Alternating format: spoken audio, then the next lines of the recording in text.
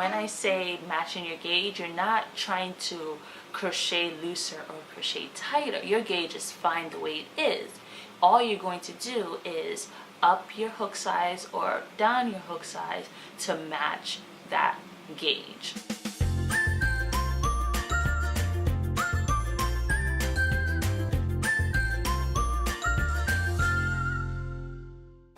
Hi everyone! So today's video is going to be a little bit different from my traditional tutorials. I want to make this channel bring a little bit more substance, give you more value, help you with those questions that we all have but are afraid to kind of ask. So for this video, the first video is going to be about gauge. Because I've done like crochet and knitting, with knitting it's very much a necessity. You have to have the gauge. Knitters, you can't put out a pattern without the gauge. It goes hand in hand. With crochet, there isn't much of a stress on gauge, but I think it should be. I know for myself, when I first started crocheting, I just assumed that we all crocheted the same way. I didn't know anything about a tight tension, a loose tension, or just personal preference. But I think when you're designing and writing a pattern, it's really important that you put in that gauge.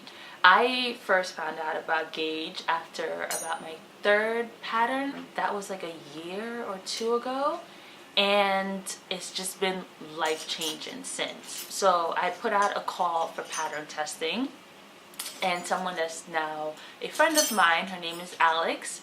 Her Instagram handle is Nima, Nima_lab. So she was the one that told me, that I need to have my gauge in the pattern. So after doing some research, this is something that I need to do. So from then on, I started to add the gauge. I would go back to my old patterns. Thank goodness it was only like 2 prior. And I would add in that gauge. So now when people that buy my patterns come to me and they say this doesn't fit or it's too loose, my first question is always, did you check your gauge? And 90% of the time they didn't. So they just assume that we have the same tension, but normally we all have different tensions, different way we like to do things, whatever. So now that I realize how important it is, I want to share with you guys how to check your gauge. And when I used to write my patterns, I used to have the gauge in there, but I don't think that a lot of crocheters know how to check their gauge. And it's because of that, it's kind of overlooked. So I just wanted, in this video, I want to teach you how to check your gauge.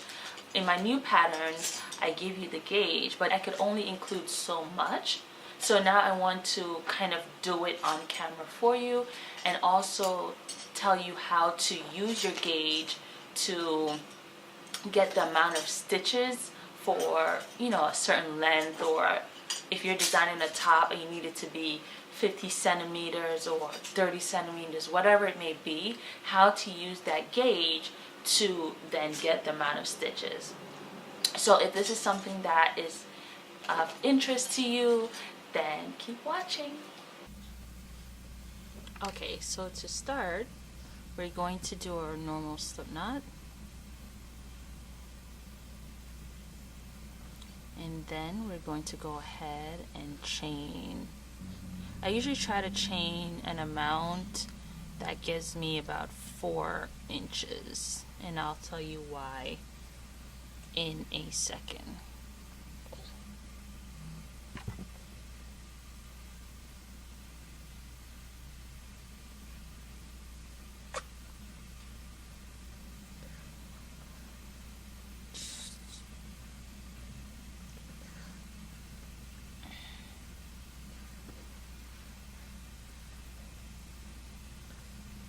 So let me take out the tape measure, and this is about 6 inches already.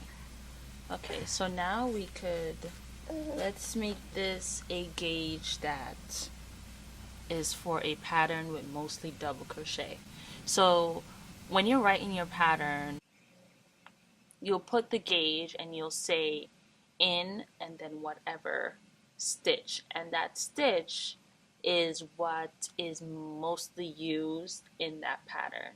So if my pattern is mostly single crochet, I would give a gauge that's in single crochet. Same thing if double crochet or any type of special stitch, if it's what's mainly in the pattern, that's what you're going to give your gauge in. If it's like 50-50 of two different stitch, then just pick one. So normally I'll give the instruction to chain a specific amount, and then let's say for double crochet, you'll work in the third chain from the hook. You double crochet, then you'll double crochet in all the chain spaces.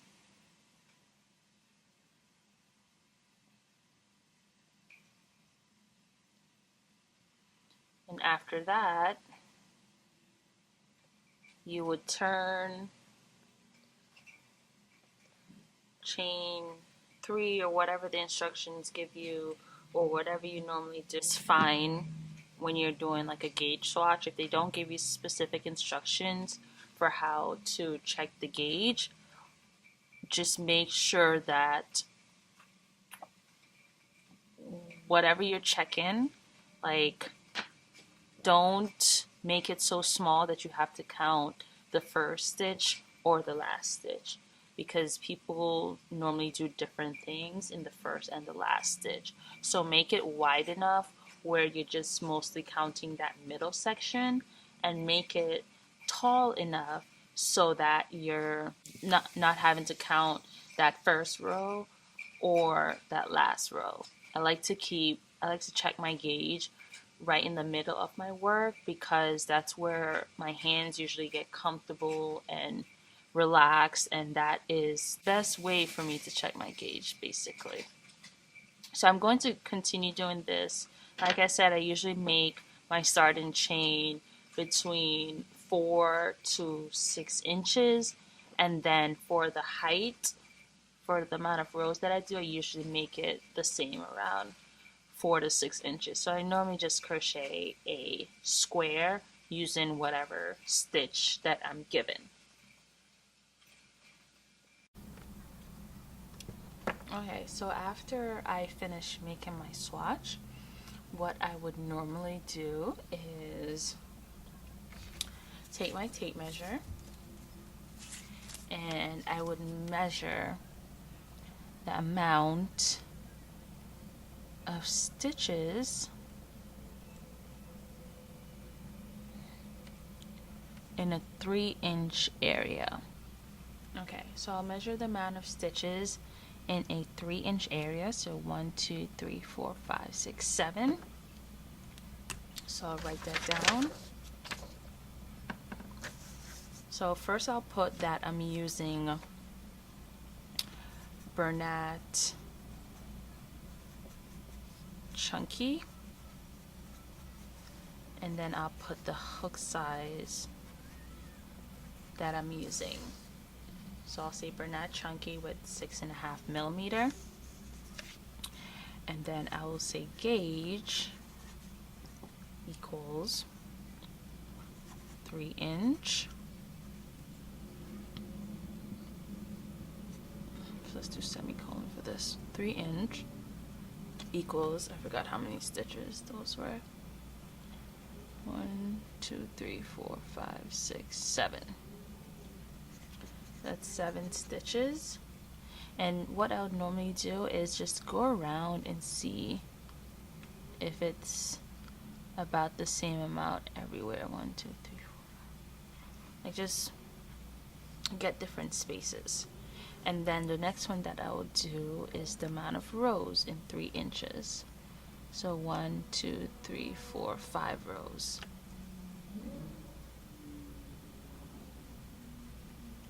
One, 2, 3, 4, 5. Yes. So I'll put times 5 rows. I wouldn't use this gauge. I would then divide everything by the 3 to get the amount in 1 inch. And the reason why I do that is because it's just a little bit more accurate to get a space and then divide it, rather than just trying to get a precise measurement for the inch. So you'll do 7 divided by 3, which is 2.3. I'll round down to 2 stitches, and then you'll do 5 divided by 3, which is 1.6. I'll round up, which is 2 rows. So this is saying for every inch you should have 2 stitches going across and 2 rows lengthwise. Okay, so let's see what our inch actually measures. So our inch actually does measure 2 rows, and it measures just a tiny bit more than 2 stitches. Okay, so now we're going to, let's say for example, you are getting higher amount of stitches in rows. So for you, you're getting, for the 1 inch, maybe 4 stitches and 3 rows. So you're getting more than my amount. So that means that your gauge is a little bit tighter. That's why you're able to fit more in that space. You're going to need to go up a hook size, right? So you'll probably move up to maybe an 8mm. That way you'll get less stitches and less rows for the 1 inch. If you're someone that is, for the inch, 1 inch, you're getting maybe 1 stitch and a half a row maybe, that means that you need to go down a hook size. So you'll probably need to go down to maybe a 5mm. So generally you're just testing and seeing what adjustments you need to make to match the gauge. Your adjustments will never be crocheting looser or crocheting tighter. So another thing that I want to get into and show you how to do is using your gauge to then create a pattern. So let's say you're designing a top and you need it to be, say, 12 inches.